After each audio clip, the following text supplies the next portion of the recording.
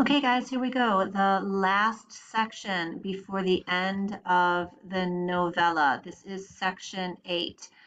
Just like with section 6 and 7, I went through and I highlighted some of the more important things.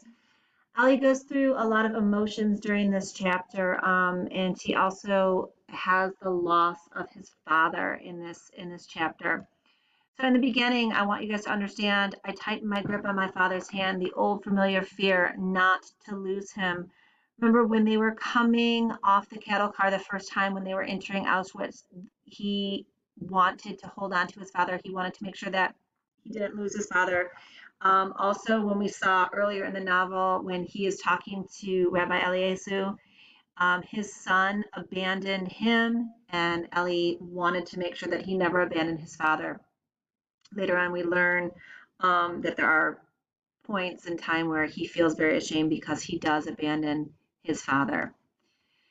His father, as it goes on, we can see that he is trying to succumb to death. He's getting more and more tired. He says, I can't anymore. It's over. I shall die right here. Leave me, he said. I can't go on anymore.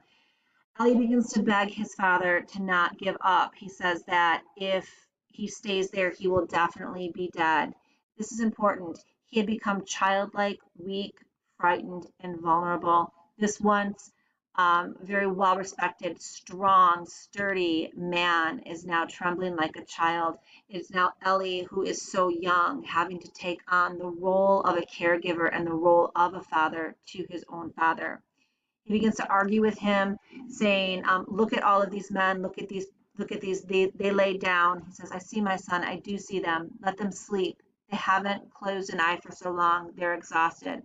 We know that they are not sleeping, that these are corpses, they are dead. And Ellie tries to point that out to his father, but his father doesn't seem to really understand. As we continue on, we see that Ellie's father is continuing to get weaker and weaker. He says, in a plaintive voice, came from behind me, Eliezer, my son, bring me some coffee. He seemed to be burning with fever. Later, we learn that he is suffering from dysentery. Remember, they are at different blocks at this time. So every time he goes to find his father, he sees him in a more and more weakened condition. Here he finds that his father has not given him anything. I'm sorry, that his father has not had anything to eat. They didn't give us anything. They said that we were sick, that we would die soon, and that it would be a waste of food. I can't go on. I gave him what was left of my soup, but my heart was heavy. I was aware that I was doing it grudgingly. Just like Rabbi Eliezer's son, I had not passed the test. And what Ali means by that is he knows that his father is weak and he should want to nourish him. He should want to give his father food, but Eli feels guilty because he wants to keep that soup ration for himself. He knows that his father is dying and he knows that there is nothing he can really do to help him, but he begrudgingly gives him that soup. Here we see how his father doesn't even recognize him. We continue on. We learn that he's suffering from dysentery. Important, I found my father crying like a child. Again, the role reversal of Ellie losing his innocence and having to become the caregiver to his father.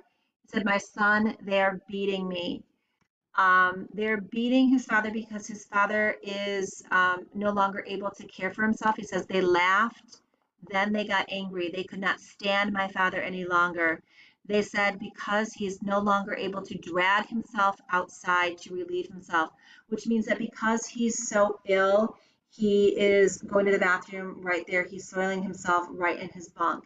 And this is upsetting the other prisoners. So they continuously mock him and beat him. Going on to page 110, Ellie is talking to someone about his father, and again, he feels that guilt arise within him. He says, listen to me, kid. Don't forget that you are in a concentration camp. In this place, it is every man for himself, and you cannot think of others, not even your father. In this place, there is no such thing as father, brother, friend. Each of us lives and dies alone. Let me give you good advice. Stop giving your ration of bread and soup to your old father. You cannot help him anymore.